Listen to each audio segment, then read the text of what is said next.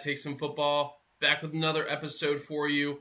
Excited to hop into this week's slate of games as well as going over Monday Night Football matchups. Before I do that, make sure you subscribe to this channel. Again, I'm on my road to my first 100 subscribers. We're going to be doing a giveaway to one of those subscribers. It's going to be a portable Bluetooth speaker that breaks into two different speakers so you can have that surround sound sort of feel. Also, make sure to like and comment on this stream. I want to get as many people into these streams as possible just to kind of banter, have a good time. I have plenty of topics and things that I can talk about, but want to be able to interact with NFL fans and just go back and forth on your takes, my takes, what we're seeing out there in these different weeks of games. We'll talk about Sunday night, the Chiefs, right? What team are they? Are they the team we saw last night? Are they the team we saw against the Jags? Are they somewhere in between? So there's a lot of things that we can talk about. So make sure you like this stream so that we can get as many people in here. Again, also comment. I also posted in chat a question. So let me know what you think of that. Who was your top performer from this past weekend's games? For me, it was Patrick Mahomes. What I saw out of him in that game against the Lions last night was super exciting. And again, I have him as my top performer. So again, when you get in here, make sure you like, make sure you comment, be active in chat. Let's have a good time. I want to banter about things. I posted a video on TikTok earlier this morning, and it's really fun to see, everyone going back and forth, talking about how the refs won that game for the Chiefs and, the Lions should have won that game, this, that, and the other. It's just fun to do, right? That's the whole point of this. So again, when you come in here, make sure you subscribe, make sure you like, make sure you comment, let's have a good time today. So we'll go ahead and get started shortly. Again, we'll go over what happened yesterday in the Sunday games. We'll also talk about, the Monday night games. I'll probably talk about the Monday night games first, and then we'll go into a little bit of a recap from yesterday as well. So we'll get started shortly. Let's wait for a little bit more people to pile in, and then we'll get going.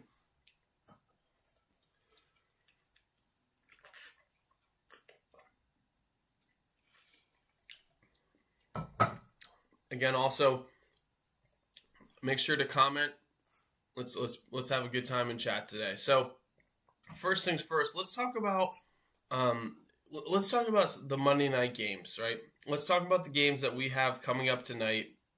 And the first game that we'll be talking about is the Chicago Bears going up against the Washington Commanders. And I think the most obvious and big headline of this game is the fact that you have Caleb Williams and Jaden Daniels going up against each other. Now, Caleb Williams was obviously the first quarterback taken off of the board last year in the draft.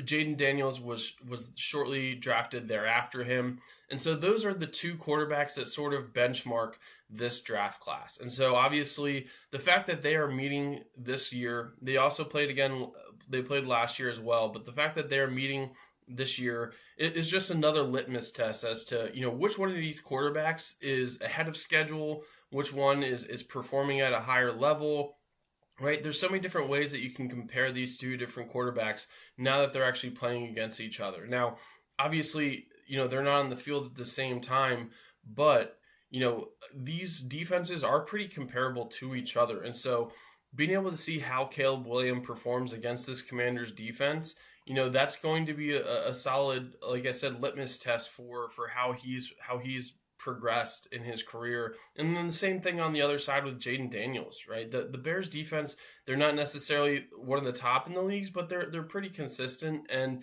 they do find ways to get to the quarterback and cause some trouble. And so again, Jaden Daniels, especially without Terry McLaurin, it's going to be curious to see how he performs in this game. Now, this game is in Washington. And, from everything I'm seeing, the Commanders obviously are the favorite to win this game, right? The Commanders, they have a better record. First off, they're coming off of a really good big win against the Los Angeles Chargers in LA. This was, again, without Terry McLaurin, and it didn't look like there was a single way that Chargers team was going to be able to stop Jaden Daniels in the Commanders offense. They were running the ball pretty well, but really they had the most success in the passing game against the Chargers. And that's a really solid defense on in Los Angeles. And so again, the Commanders, they're looking really good going into this game. I'll pull it up really fast just to kind of give you an idea as to where they rank in specific aspects of the game. From an offensive perspective, this Commanders team, they're right there, right around like 10th, 11th place in total offense. And so again, they do have the ability to be very explosive. They have had some games where they've struggled. I think some of those stats and the reason why it does have a little bit of a lower overall offensive grade is the fact that they did have Marcus Mariota as their starting quarterback for a couple games with Jaden Daniels out. I think those days, really made really hurt the Commanders' numbers when it came to like total offensive perspective. But again, this game, I think, to me is going to be a good litmus test to how these two teams look. Both of these teams do not have a prolific run game. That's the other aspect of this that I think is really interesting is, DeAndre Swift really hasn't been able to get it going in Chicago. And, Ja'Cory Krosky-Merritt, he is the the running back one for the Commanders. He's been inconsistent as well. He's had some solid games, but there's also been games where he's almost seemed like a non-factor. And so, again, this is going to be a very pass-heavy offense on both sides of the ball. Rumadunze has been by far the clear-cut wide receiver one and number one option for Caleb Williams. And Deebo Samuel is going to have to really match his performance on the other side. Deebo Samuel really got into stride, I'd say, 2 weeks ago, but last week especially, you can tell when he was playing against the Chargers that he felt comfortable in this offense, and it seems like they've carved out a role for him. And so he's really going to need to have a solid performance again in this game because he's going to be competing against Roma Dunze. And also, DJ Moore hasn't had the best year of his career yet. And so I'm curious to see if Caleb Williams is able to get DJ Moore going as well in this game. Because if he's able to have two solid threats at wide receiver, not just Roma Dunze, you have to respect both sides of the ball. That will open up the run game for DeAndre Swift. That would be a huge factor for them. And then again, on the other side, who's going to be that number two option, opposite side of Deebo Samuel for the Washington Commanders? I'll pull this up really fast. Again, they're not going to have Terry McLaurin in this game. And so you're really going to need, potentially, Chris Moore or Jalen Lane could potentially be, that number two receiver, that number two option for them. That's, Noah Brown, he's out. And Deebo Samuel is also dealing with an injury. So it's going to be like Luke McCaffrey. It's going to be Chris Moore. It's going to be Jalen Lane that this Commanders offense is really going to have to depend on. And so another aspect that I'm really curious to see and what the Commanders could really do to solidify and make sure they win this game is if they really just wreak havoc on Caleb Williams. Caleb Williams, it seems to me that he has done his best when they've been on script with the game plan with Ben Johnson. Ben Johnson has put together really solid game plans for Caleb Williams, especially the last couple games. And you can tell that Caleb Williams has looked really comfortable in these game plans. And so if the Commanders can try to get Caleb Williams off of that, that comfortability, off of what, that game plan says and make him, force him to have to rethink and put him in positions to hold on to the ball, that's really where Caleb Williams struggles. Caleb Williams, he's been sacked a lot in his career, already. And a lot of that has to do with the fact that he holds on to the ball so long, and a big aspect of that is decision making. And so if you can make him have to think longer, hold on to the ball more, that's a recipe for failure for this Chicago Bears team. That's really where you see this Bears team struggle the most. So when it comes to what I actually expect from this game and who I think will actually win this game, I think the Commanders will win this game. I do think it'll be a pretty close game. Again, just without Terry McLaurin and the fact that they don't really have like a prolific run game, I do think it'll be a close game, but I think the Commanders will win this game 24-17. So again, when you get in here, make sure you comment. Tell me what you think about tonight's games. We just went over the Washington Commanders versus Chicago Bears game. We're also going to be talking about the Buffalo Bills traveling to Atlanta to play the Falcons next, and then we'll recap the Sunday games as well.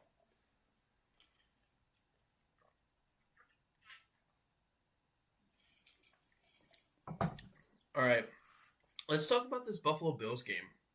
Now, this is a game where I think if you were just to guess right off the bat, like who would win this game, I think the clear answer and obvious answer would be the Buffalo Bills.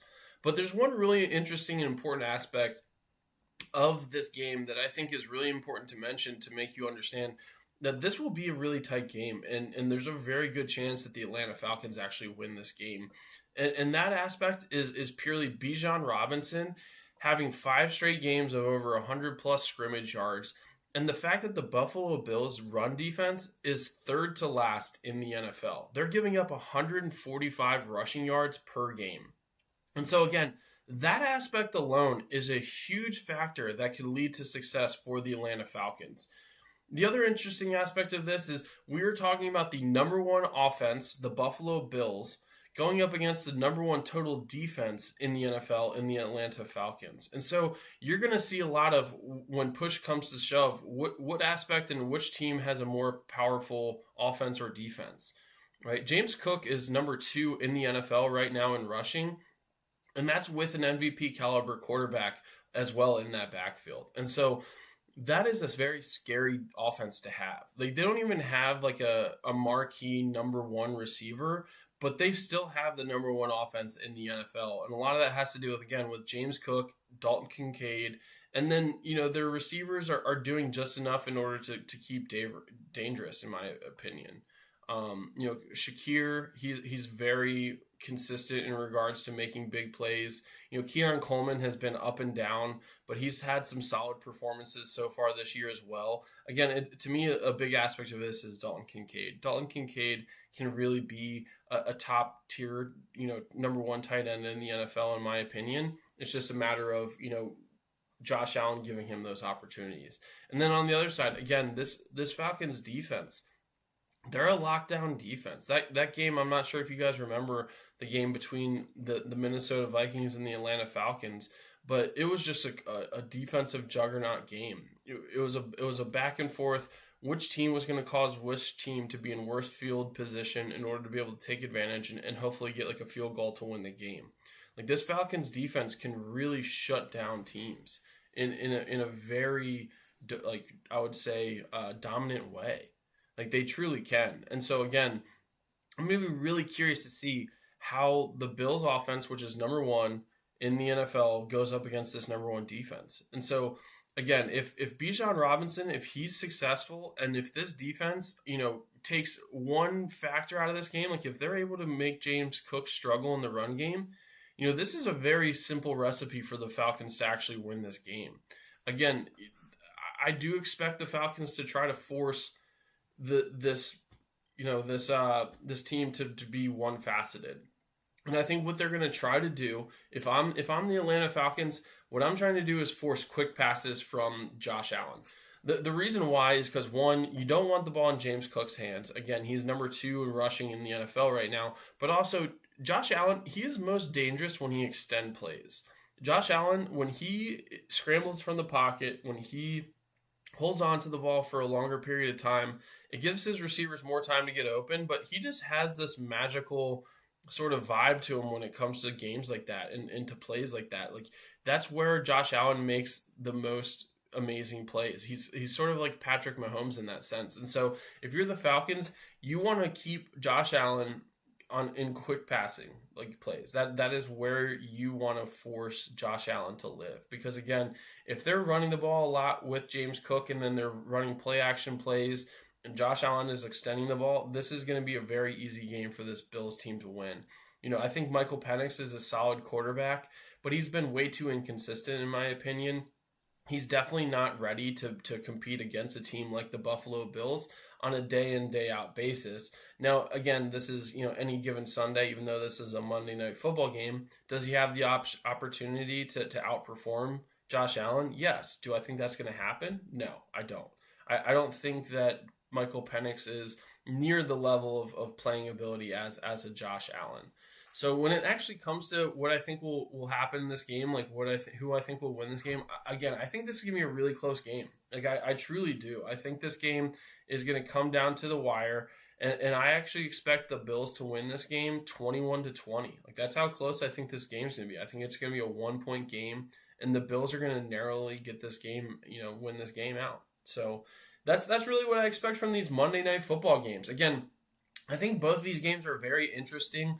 Again, the Falcons, without really looking at the details, I think a lot of people will say the Falcons will lose this game pretty easily just because it's the Buffalo Bills. But the way the Falcons match up against this Bills team, I think this will be a lot more exciting of a game than people actually think. I truly do think that. So, again, I think the Bills will win this game 21-20.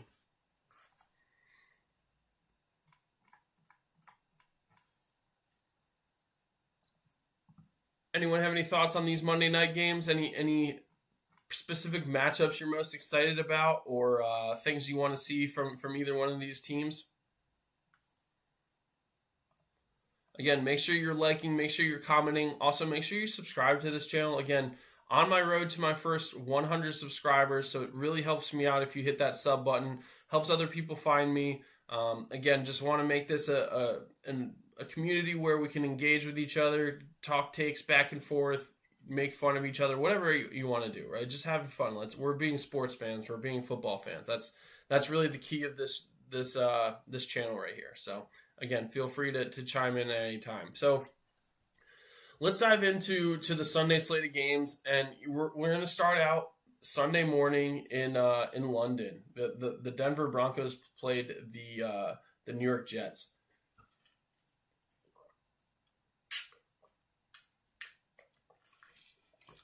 So, first thing about this game, the Jets did lose this game, obviously, right? The Jets, they are 0-6, and this was a very back and forth game, but at the same time, it was like back and forth without a lot of scoring. Is really what this was. It was essentially like very similar to what I was saying with like that Vikings Atlanta Falcons game. The Broncos-Jets game was like, it's just a matter of like who could punt the ball more, right? Like, I feel like that was essentially, what the game turned into. Like, both teams, I think, punted the ball 2 or 3 times. Actually, no, let's see here, 7 times and 6 times, right? So the New York Jets punted the ball 7 times. The Denver Broncos punted the ball 6 times. So like both teams were not moving the ball really well at all. Justin Fields might have had the worst game of his career. And that's saying a lot because it's not like he's had like a prolific career. Justin Fields was 9 for 17 for 45 yards in this game. That's like preseason type stats. That truly is. That's like you played a half or a quarter of a game and that's what you would have gotten. Like that's terrible. And here's the funny part was, the Jets head coach, Aaron Glenn, and we'll talk a little bit more about him and his decision making, but the Jets head coach was asked at like in the press conference after the game, he was like, hey, like, are you going to bench Justin Fields? And he was like, what type of question is that? Like, why are you asking me that? It's like, why wouldn't you be asked that question? Like, who would actually expect Justin Fields to keep this job? I know that your backup is Tyrod Taylor, who's a journeyman, older quarterback, right? He was drafted, I think, the same year in the same draft class as Joe Flacco. Might have been a year after that or maybe a year before that. But again, Tyrod Taylor, he's older. So I get that they don't have other good options, right? That is a fair aspect of this. But when your quarterback goes 9 for 17 for 45 yards in a game, a full game, it wasn't like there was another quarterback that came in and replaced Justin Fields. He did this in an entire game, 45 yards. Like that's 2.6 yards per pass. That's worse than like a running average, right? Breece Hall, 22 carries, 59 yards. That's a 2.7 yards per carry average. Like this Jets team is terrible. And here's the sad part is there's not a single quarterback that's going to save them in this draft that's coming up. I don't think there's a single quarterback that is a franchise changer, like a franchise mover whatsoever in this draft class. And so you're looking at this Jets team and you're just saying to yourself, when do things get better? They tried so hard to make it work with Aaron Rodgers, right? They essentially added everyone he had asked them to add, and they put together this roster that on paper looked really good, but they could never actually put it together on the field. And you have this team now with a new head coach, you have a new starting quarterback, and you have this young talent in players like Brees Hall, in Garrett Wilson, in Sauce Gardner, in Quinnen Williams, right? Jermaine Johnson on the edge, right? You have all these like talented, hopeful players on this team, but they're 0-6, and it's one of those things where, like, besides the game against the Steelers, where Justin Fields looks like a man on the mission, this team just does not, like, they haven't even had a shot. I mean, I know this game was 13-11, so it's like, yeah, this was a close game. They had a chance to win this game, but even though that was close, and at a certain point in time, the Jets were actually winning this game 10-11. They were winning this game 11-10. You still never really actually felt like the Jets were going to win this game, and I think at this point you just have to ask yourself, like, what can they actually do to move forward and get better? To me, it's you gotta find some diamond in the rough quarterback. You gotta find someone that is gonna not just put up 45 yards for your offense. Now, on the other side, let's talk a little bit about the Broncos. The Broncos did not have. They probably had their worst game of the season so far. Bo Nix, he went 19 for 30 for 174 yards. He had a touchdown, no interceptions. J.K. Dobbins struggled on the ground as well. He had 14 carries for 40 yards, sorry. So this was J.K. Dobbins' worst game of his season. Just couldn't really get much going in either the pass or the run game whatsoever. Again, there was a lot of punts in this game. I think it was, again, like a 7-9 punt differential. And there was some turnovers, there was fumbles, and no interceptions, but there was multiple fumbles in this game as well. It was just like an ugly game. It's what you expect from like a Sunday morning game in London. Like this is what you normally see from these games in London is these just ugly, like both teams are tired and not, don't have their legs fully under them. They both have jet lag. And the Broncos did what they needed to do in order to get the W and get home. This Jets team, I'm really concerned about them. Something that I thought was most interesting in this game was the fact that Aaron Glenn, they're at like the 50-yard line, right? This Jets team. This was going into halftime, so they had a chance to at this point, take the lead, right? It was 10-6 at this point in the game, and instead of like trying to even just get a field goal, there was 30 seconds left, like 31, 32 seconds left on the clock. Instead of trying to get some plays off really quick to get into field goal range, again, they were at the 50-yard line. Aaron Glenn decides to hold on to the ball and let the clock run out. Like, Garrett Wilson was pissed. Garrett Wilson, like, went up to Aaron Glenn and was like, hey, what the hell, man? Like, why are we holding the ball right now? Like, why are we not trying to put points on the board? And, Aaron Glenn had the most typical coach response. Is like, I'm not mad at Garrett Wilson coming to me and saying that. Like, you want that out of your players. You want them to want to score. It's like, okay, yeah, but at the same time, you didn't do it. You decided to run the clock out. So, like, you want a player that does that. Why don't you want to be a coach that wants to score? Right? That's the biggest issue to me is you like that in your players, then why are you so soft? Why won't you try to score? Like, that's the biggest question out of this game. So again, Broncos won this game. Jets are 0-6. I don't think there's an opportunity for them to win more than 2 games this season based off of what I've seen. And if I'm the Jets, I'm giving a different quarterback an opportunity. Because again, Justin Fields, he's not the guy. He clearly isn't. I think this might be the last time that Justin Fields gets an opportunity to start for a team in the NFL. I think his road as a starting quarterback has ended. I really do think that.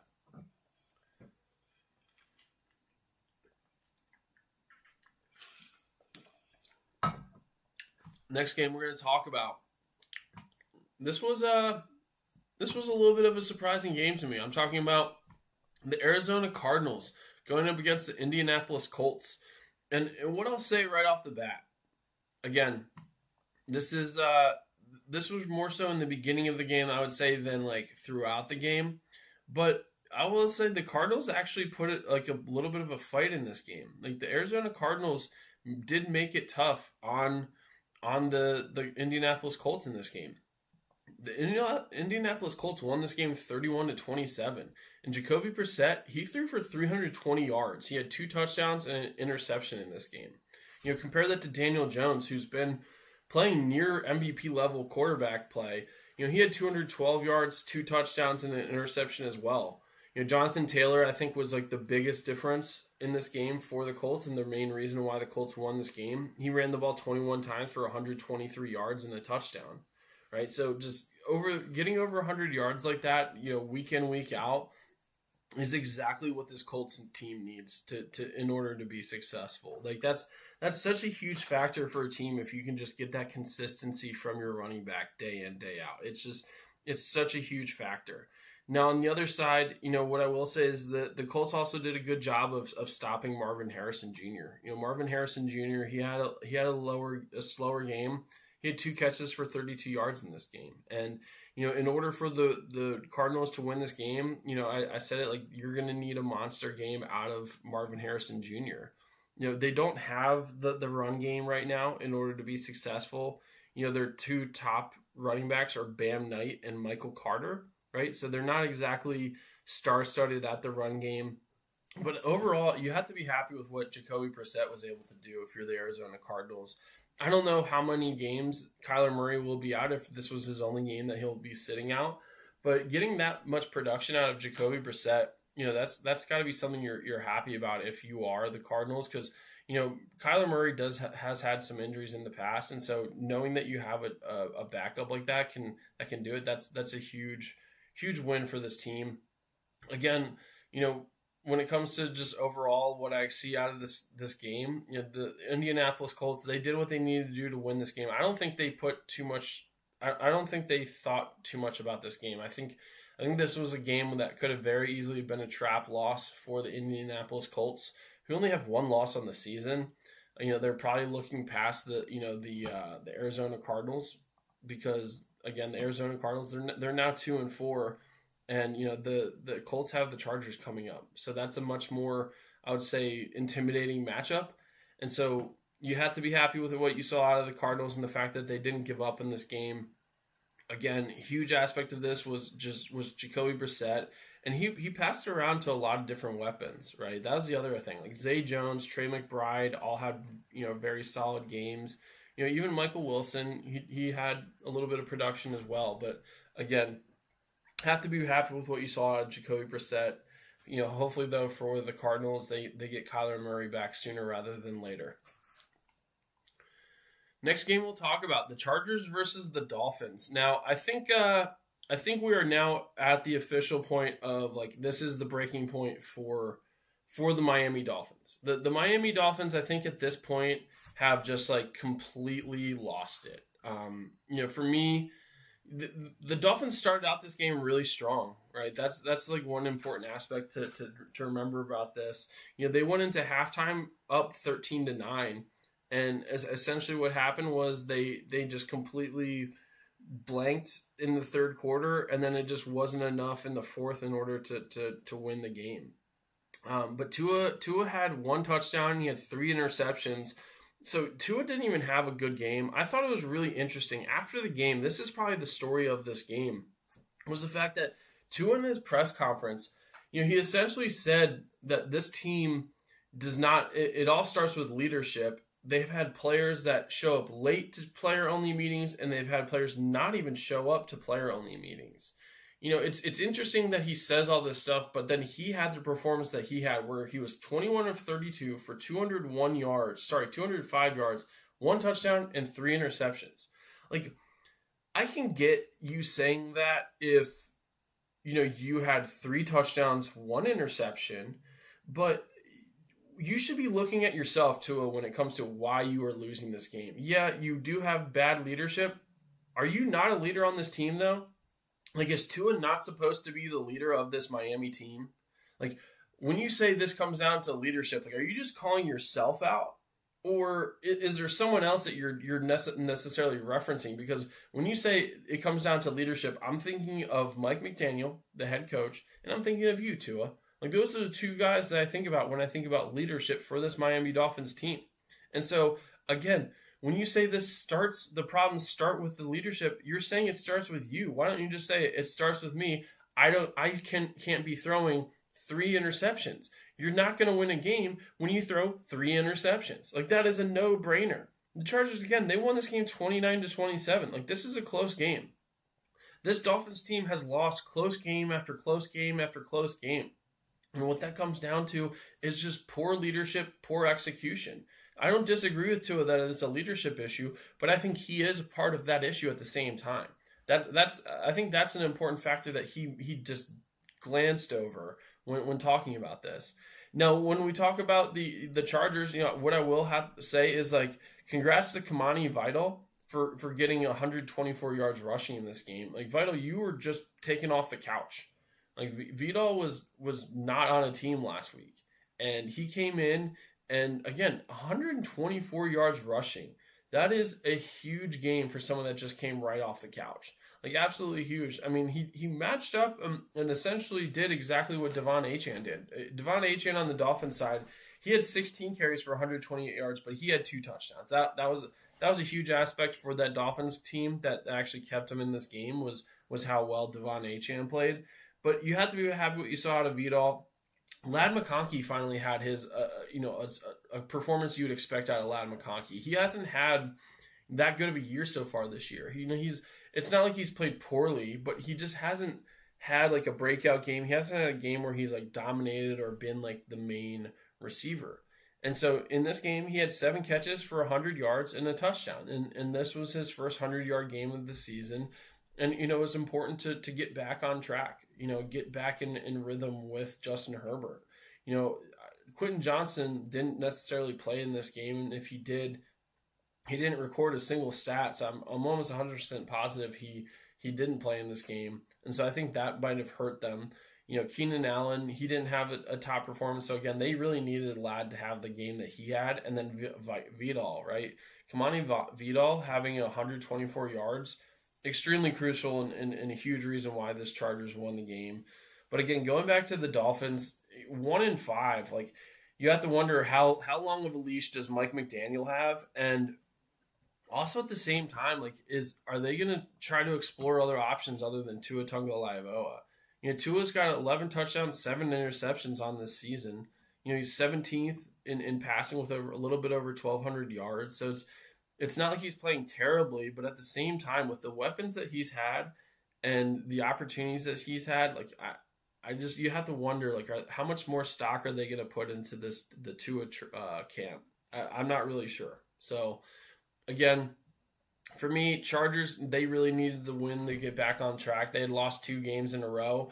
And so good on the Chargers for getting this win in Miami. Miami, you're in trouble. I'm curious to see if any big changes happen in Miami during this week. I don't think Tua's going to be benched necessarily, but you might see some coaching changes and things along those lines. Generally, when a team is 1-5, you start to see that stuff coming down.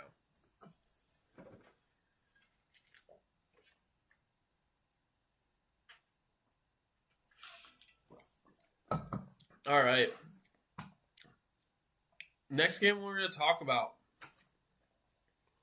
the New England Patriots beating the New Orleans Saints. Now, again, this is I hate to do this, but every single week I say this, like, the Saints did not give up in this game. The Saints, for having the record that they have, you would think that they have like really bad performances. Like, I talked about Justin Fields, right? He had 47 yards passing, 45 yards passing. Spencer Rattler was 20 for 26 for 227 yards. No touchdowns, but he also didn't have any interceptions.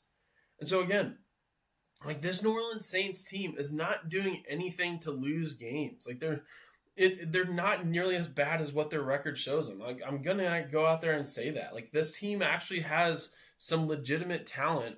They just can't put it all together. Besides that game against the Giants, like, it just.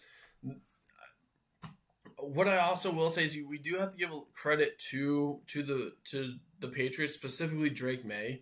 Drake May is this offense. He truly is this offense. He had 261 yards passing with 3 touchdowns. He was also their leading rusher with 28 yards. And that's not a lot of rushing yards, but again, he was their leading rusher. Their next closest was Travion Henderson at 27 yards.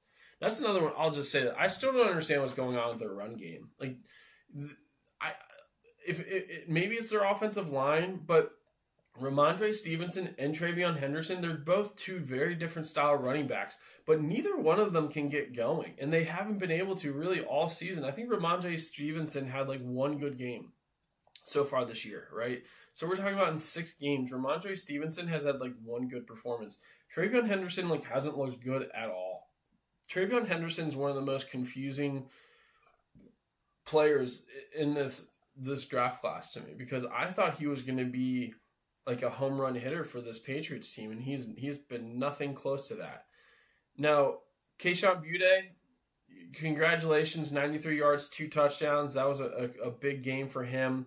Demario Douglas, he showed up out of nowhere. Demario Douglas has been a non-factor. I think I actually talked about him when we were talking about previewing this game, was like, what happened to Demario Douglas? But he finally showed up. He I guess he still is a New England Patriot, which, I think he's probably happy with, and I think the Patriots fans are happy with, because he had a really big touchdown. It was like a 53-yard touchdown in this game, and he had 3 catches for 71 yards, again, in a touchdown. So, again, Drake May was the offense for this Patriots team. Now, Chris Olave on the Saints side, this was probably the best game he's had all season. He had 6 catches for 98 yards. Again, no touchdowns, but again, that's more of a better performance than they've had out of him in I think all season. So you have to be happy about that. I think that really what it comes down to, how they lost this game, is like the fumble. Jawan Johnson losing that fumble, I think, was a big aspect of this. But then really the other side of it is just not getting enough done on defense. Again, in the passing game, they had 1 sack, but Drake May was just really able to do what he wanted on that field. 18 for 26, right? 261 yards and 3 touchdowns. Like that's a really solid average. He's averaging 10 yards a pass in that. Right? That's winning football right there. And now the New England Patriots, they're 4-2, right? They're 3-0 in away games. Like, this is a team that was started out really slow. They seem to be struggling, and they found a way to get going. So again, have to be happy for the Patriots. They're finding out ways to win games, and this Saints team, they're really close. I will say that they're close. They're right there on the edge, but they just can't find a way to get over the edge and win these games. So we'll see what happens next week. Again, I think this Saints team is a lot better than what their record says, though. Now, let's talk a little bit about the Browns and the Steelers. This is a game where I think I saw this all over social media, and it really was, I think, the deciding factor in this. It's the fact that Myles Garrett was a non-factor in this game. Like, Myles Garrett did not, I don't know if he recorded a single stat in this game. Let me pull this up really fast. Myles Garrett had 2 total tackles in this game. So that's a huge reason why the Pittsburgh Steelers were able to win this game 23-9.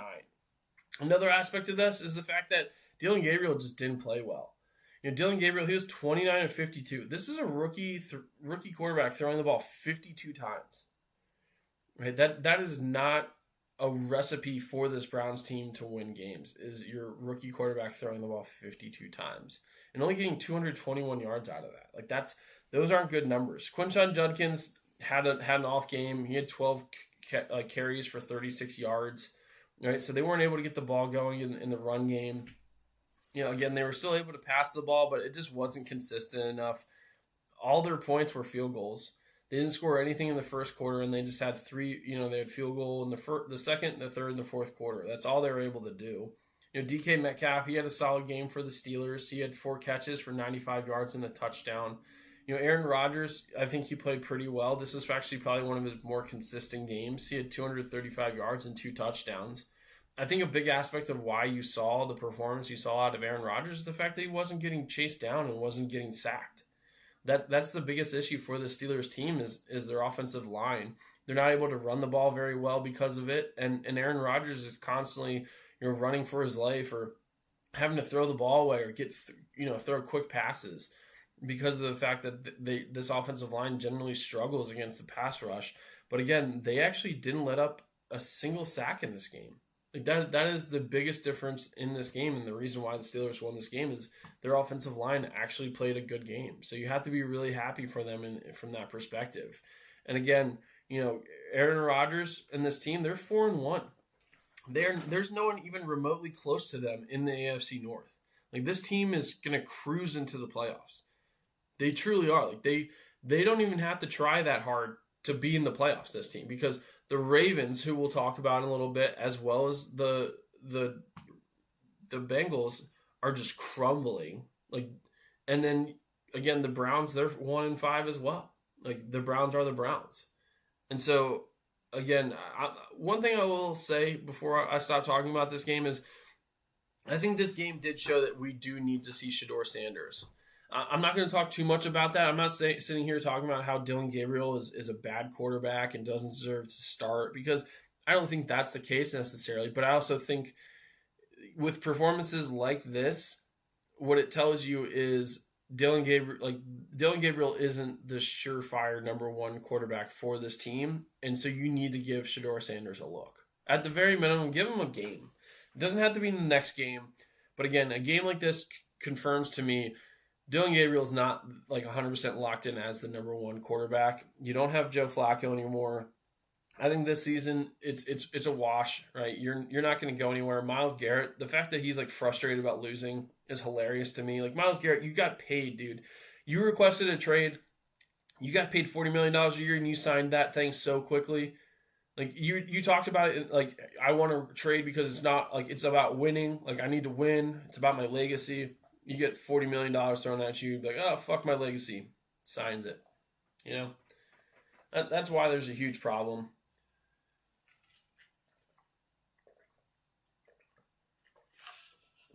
Sorry about that. I'm a little thirsty. But again, the Steelers team, they're locked in as the AFC North playoff favorite by far. It's not even close. Let's talk about the Dallas Cowboys and the Carolina Panthers. So, first thing I'll say on this game is Rico Dowdle, huh? Like, that guy's a player apparently. I always thought Rico Dowdle was like somewhat solid, but I never thought he was like, hey, you got to give this guy 30 carries in a game. But that happened yesterday. Rico Dowdle ran the ball 30 times for 183 yards. No touchdowns, surprisingly. So with that type of performance, 183 yards, didn't get a touchdown. Bryce Young, he actually looks like an NFL quarterback somewhat out there yesterday. I will say that. Like, Bryce Young, he actually looked somewhat decent. He had 199 yards, 3 touchdowns, and an interception in this game.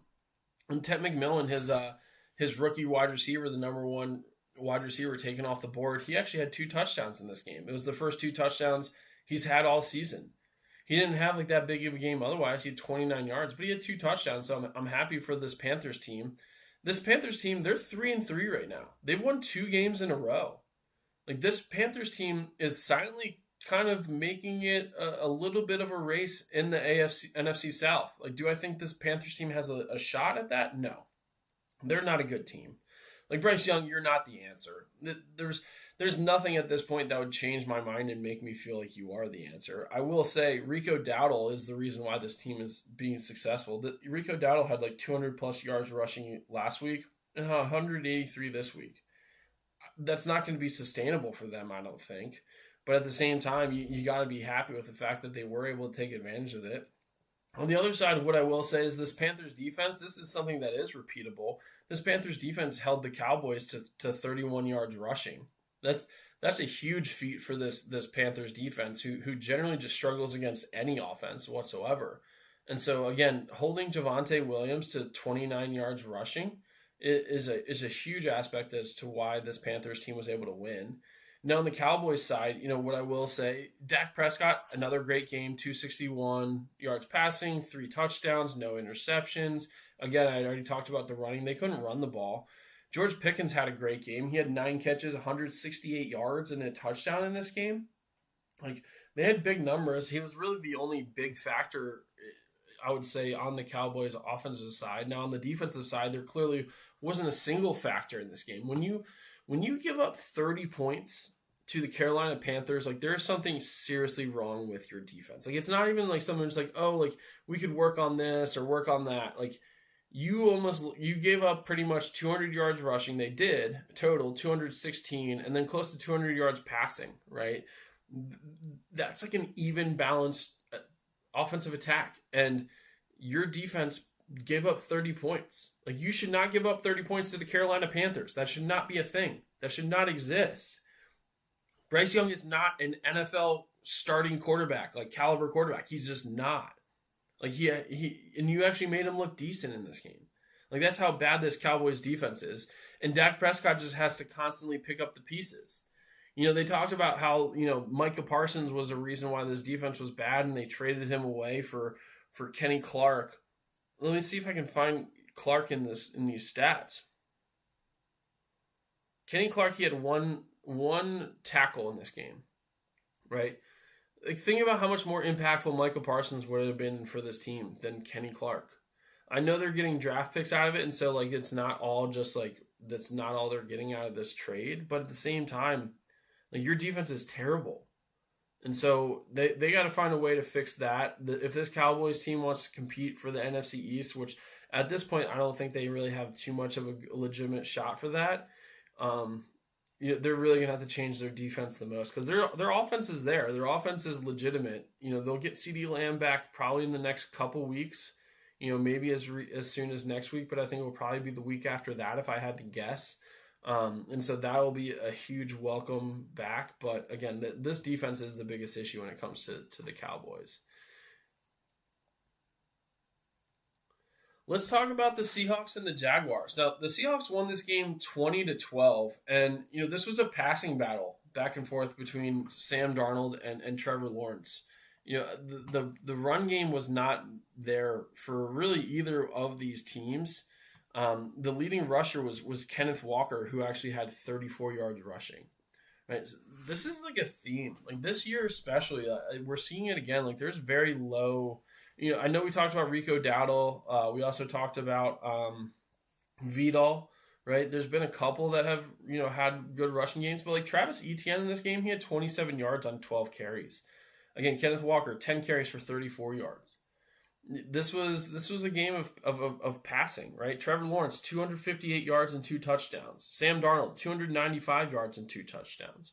So, like, this game was all about the receivers. Brian Thomas got back on track for the Jags, but it just wasn't enough. Again, this Jaguars team, in my opinion, their success, everything is based off of this run game. Like, if this run game is able to be successful, it opens up so much more for Trevor Lawrence, and Trevor Lawrence isn't forced into making a lot of mistakes. He didn't make many last night or yesterday in this game, but at the same time, he does make mistakes generally, like pretty regularly, and so you need to have their run game be successful in order to win games. I think this was like a perfect example of that.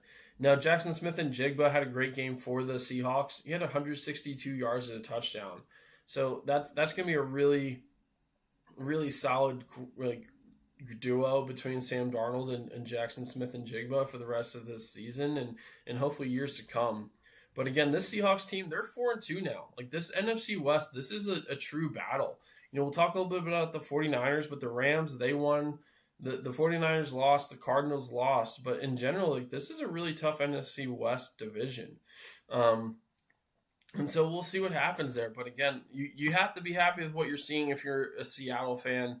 Jacksonville, you're 4-2 as well. This is just like a hiccup in the road. I think I'll be curious to see how they do and how they bounce back from this game. I think that's the difference between a good team and a bad team is when you bounce back from losses, especially home losses like this against Seattle. Again, I talked about this before. Like I thought the Seattle defense was going to focus on stopping the run, and they did that, and it worked out in Seattle's favor. So again, we'll see how Jacksonville responds, and Seattle just keeps on rolling with Sam Darnold as their starting quarterback. I love to see it. Next game we're going to talk about, and this one hits home for me. I'm sure I've told you guys this before. I am a Ravens fan. I try not to to put too much of that aspect into my takes and what I say. You might see emotions, and that's completely fine. So here's what I'll say. This Ravens team, I've said this multiple times, this Ravens team is just not good right now. Like, they're not good at all. Like, Cooper Rush should never have been paid by the Baltimore Ravens. And in fact, they should actually ask for a refund from Cooper Rush for the misery Cooper Rush has put this franchise through.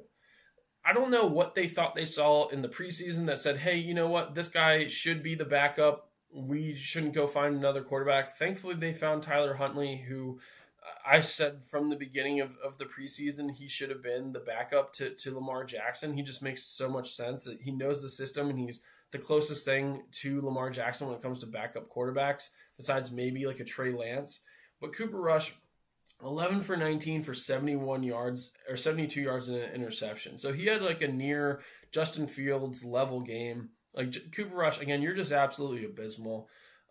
Derrick Henry, 24 carries for 122 yards, best game he's had since the Bills game. He didn't fumble the ball, which I'm really happy about. Again, what it comes down to for this Ravens game, their defense is not good. Their defense struggles. They cannot get after the quarterback. That's a huge aspect of this. They had 2 sacks in this game. One was like a shared half sacks between their linebackers, and then Jonathan Jenkins, their defensive tackle. So like their edge rushers are not getting to the quarterback. Kyle Van Noy is not having the game he needs to have. Mike Green not having the season he needs to have. He did have 1 tackle for a loss, but again, not getting to the quarterback. What I'll say on the Rams side, the Rams didn't even play that good of a game. This game was 17-3. The Rams won. Like, Matt Stafford didn't play well. He really didn't. Like, Matt Stafford went 17 for 26 for 181 yards and 1 touchdown. Kyron Williams, their leading rusher, had 13 carries for 50 yards. Like, again, this Rams team did not play well. The Ravens are just that bad right now. The Ravens without Lamar Jackson, I think, average 5.6 points a game right now. That is what they are averaging without Lamar Jackson. Now, the Ravens do have a bye this upcoming week, and they need this bye more than anyone. And then they're expected to get Lamar Jackson and Roquan Smith back. But I'm going to tell you this right now, just being very honest, the Ravens, even when Lamar Jackson gets back, is still in trouble. Like, there's something internal about this team. I don't know what it is. I don't know if we'll ever hear about it, because the Ravens are so good at keeping things like tight-knit and secret, but there is something internal, like there's some internal battle going on with this team that no one knows about yet. So I'm really curious to see if something comes out about that, because I'm telling you right now, this team, they're to go from what they've been the last couple of years to this, there's nothing that you could tell me that would convince me otherwise than that, like, someone slept with someone's wife or like something crazy like that. Like, I'm being dead serious. Like, the performances you see out there just doesn't even look like they have the heart this year. Like, there's something missing. Like, it's passion, it's heart, it's giving a shit. Like, they don't give a shit. You can just tell. Like, when you watch that game, like Zay Flowers, he had 2 fumbles in this game. And like the second fumble, he was just like, what are you going to do about it? Sometimes you fumble. But like, that was like his reaction to it. And you're just like, okay, well, thanks for doing that twice in this game. Like, really helps us out. So yeah, their top receiver, Zay Flowers, 46 yards. Like, that's the low. One thing I will say is, if Lamar Jackson isn't able to be healthy and Cooper Rush is still out there, I will just not watch the game. At that point, I'll refuse. I will boycott it. Like, that's how bad Cooper Rush is.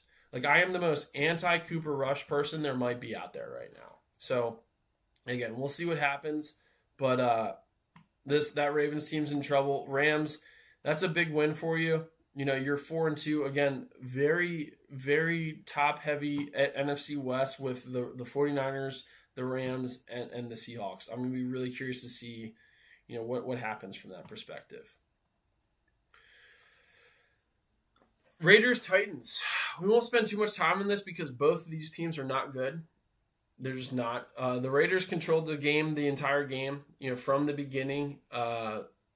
The Titans scored their only touchdown in garbage time. Cam Ward, costly fumble.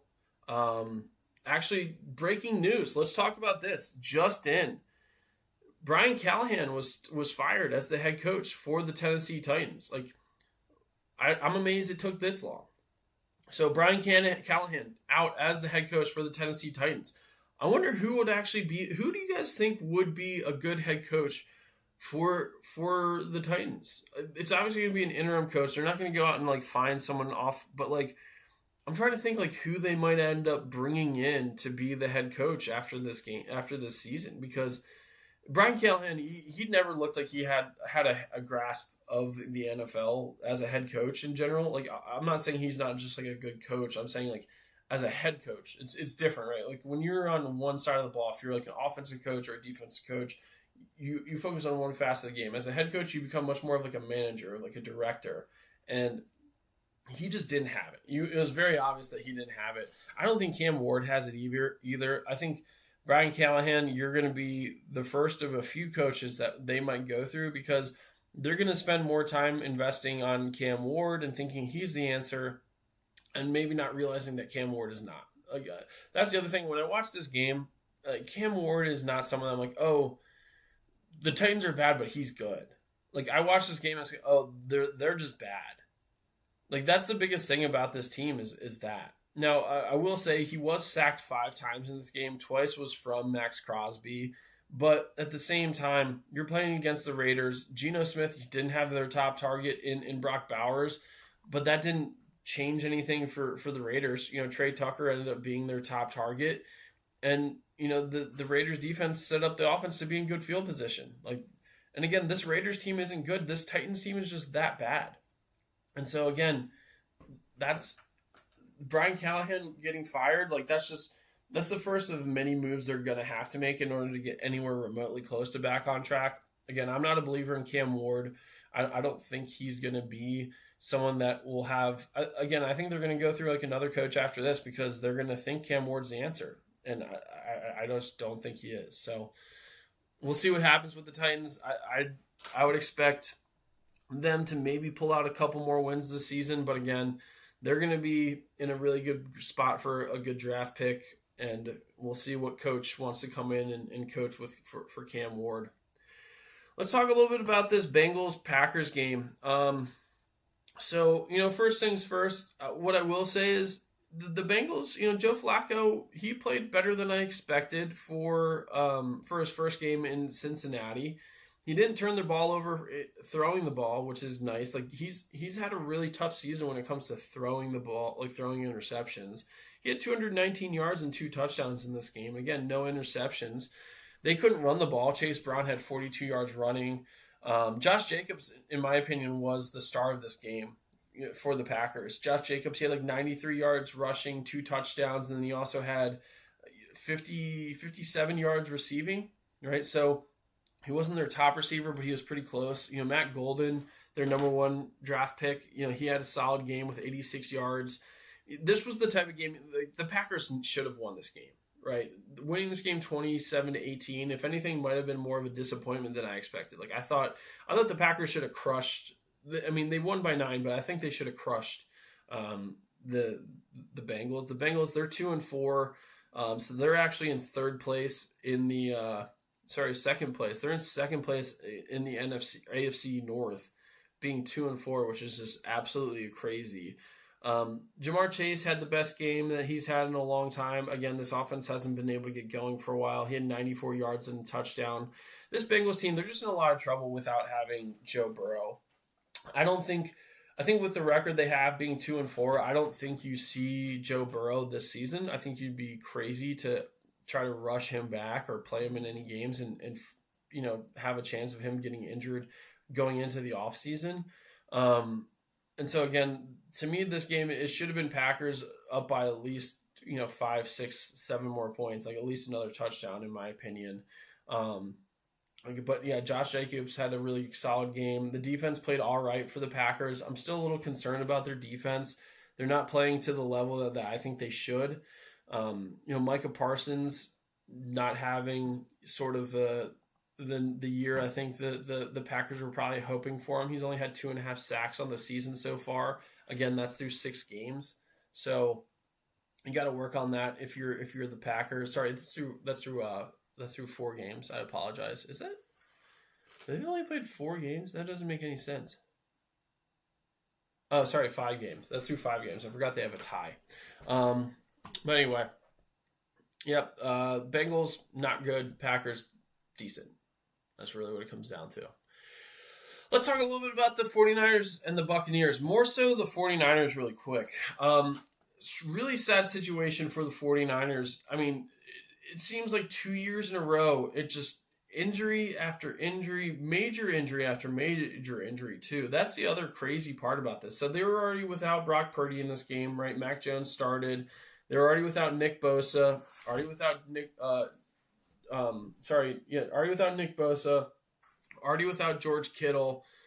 Brandon Ayuk still not back, right? There's just so many. It's just like big name after big name after big name. And then unfortunately, Fred Warner was added to that list. Fred Warner going down with an ankle injury.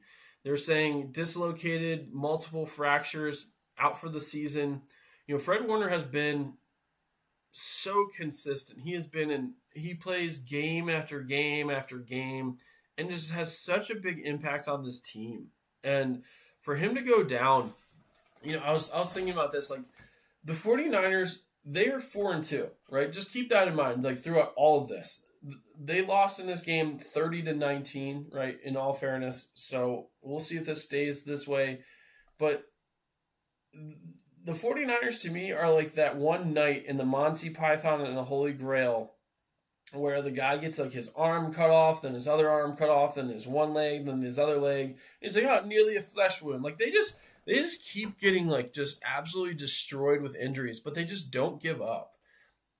I wish that the Ravens had the heart that the 49ers have, because again, they just won't give up. They just won't quit.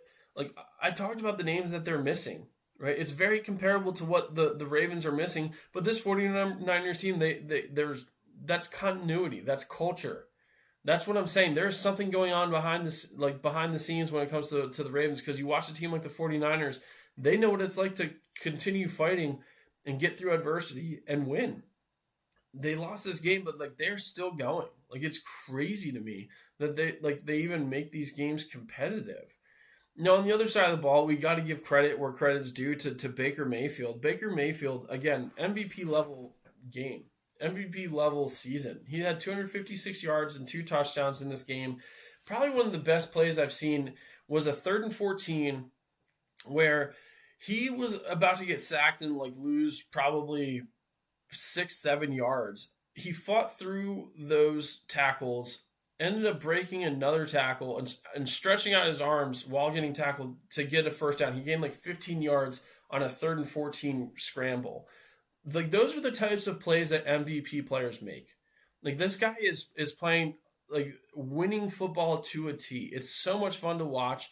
Like anyone that hated on Baker Mayfield early on in his career needs to just watch him again. Like give him another shot if you're not already enjoying what you're seeing, because it's really fun football to watch. Like this Tampa Bay Buccaneers team, like I said this when I was talking about the Lions game.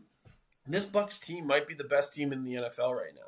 They really might. Like this Bucs team, they keep seeing injuries, especially in their pass game. Emeka Ibuka went down with a hamstring injury in this game, and it was just like next man up.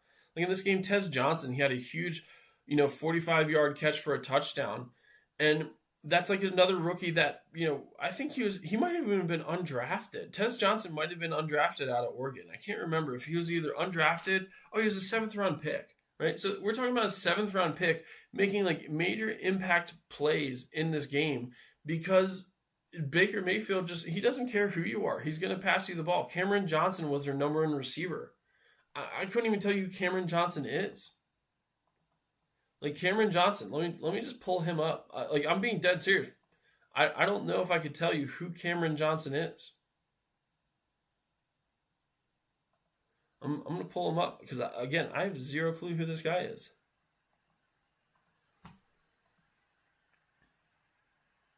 Cameron Johnson, he's in his 2nd season out of Barton College. So he's an undrafted rookie free agent, right? Wasn't drafted out of Barton College. I don't even know where Barton College is. Like, and this was the leading receiver for the Bucks in this game. Like that's like the level of talent and that's like the level of play that this Bucks team has. Like it's unbelievable, like what this team is doing right now. And again, they're dealing with injuries, so like they're only going to get better. Like if they're able to get Emeka Ibuka and Mike Evans back on the field. Oh yeah, by the way, Chris Godwin went down as well. Chris Godwin wasn't in this game either. Like those are their top three receivers are not playing right now. And Baker Mayfield threw for 256 yards and 2 touchdowns. Like this team is a Super Bowl caliber team. Like they are the top contender in the NFC North, if not the entire NFL right now. Is this Bucks team? Like those are legitimate numbers. Like this is a fun team to watch. So again, happy for the Buccaneers, sad for the 49ers because they just keep dealing with injuries. But again, good on them for not giving up. That's another aspect of this. Last game we're going to talk about is going to be the Lions versus the Chiefs. I already did a video on this, but we'll still talk about it for a little bit.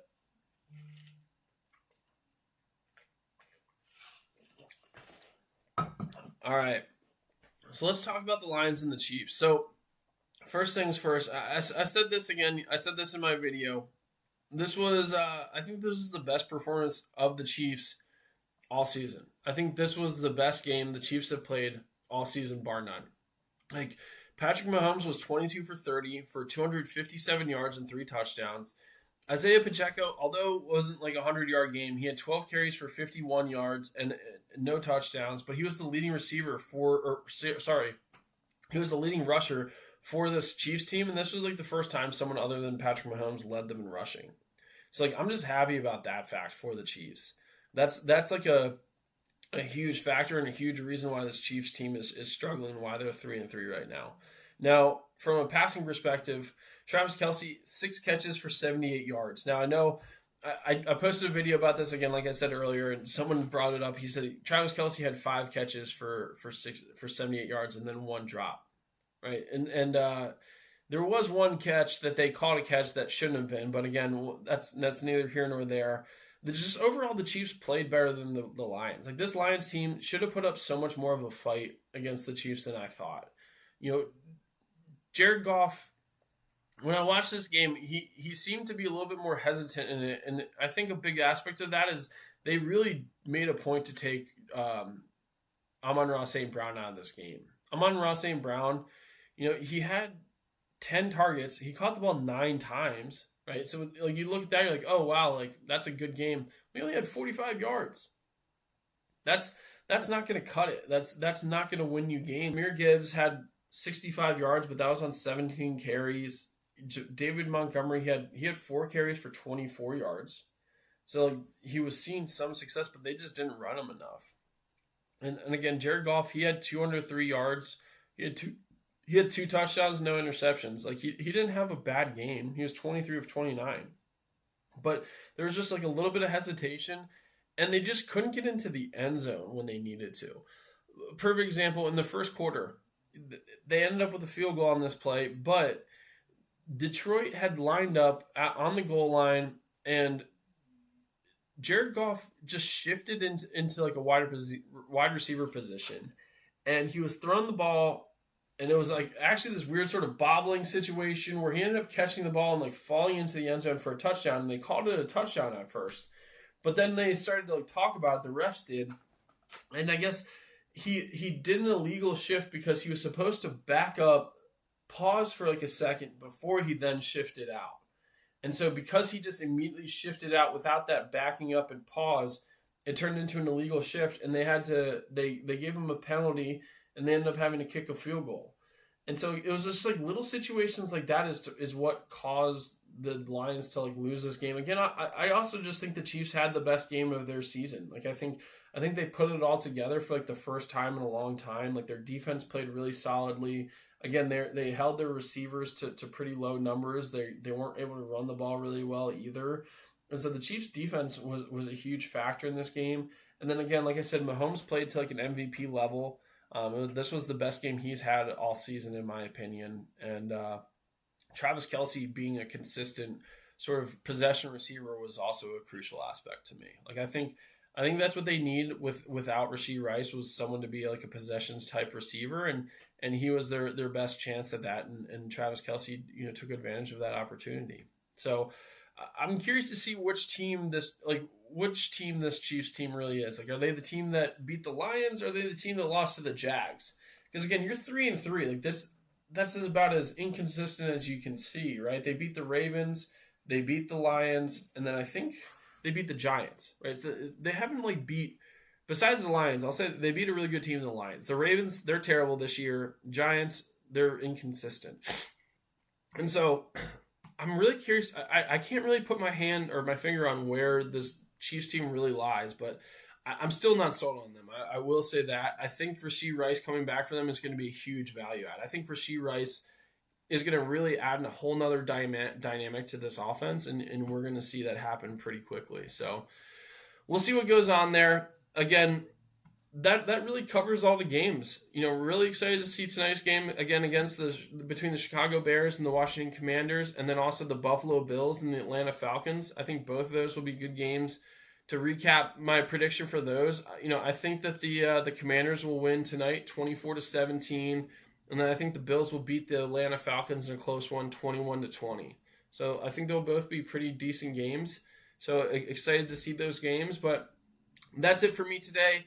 I really enjoy getting on here. Again, please make sure you subscribe. Make sure you like, comment. Tell me what you think about my content. What games are you most excited to see in this upcoming week? That's it for me today. Thank you again for watching. This is Bad Takes with Bad Takes in Football, signing out.